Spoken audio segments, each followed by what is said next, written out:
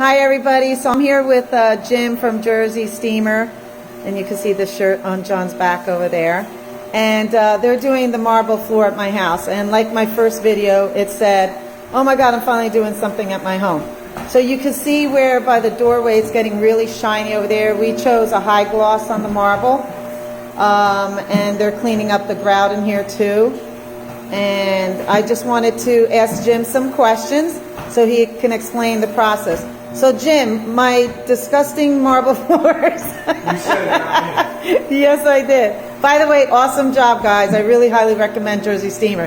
So explain the process of what you did on my floors here. First, what we do is we clean the floor thoroughly, get any residue, dirt, grime off of it, and then it's a 3 or 4 step process where we start with a low grit pad and work our way up to a high grit pad, cleaning in each step of the way. And you can see it goes over and over and over until we get the desired shine we're looking for. Once that's all done, then we clean it up and dry it, and it looks nice and shiny. Then we put all the furniture back, and you're done and good to go.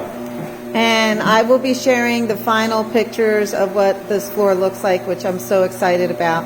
Thank you, Jim. I really appreciate it. Bye, everyone. Where's this getting rough?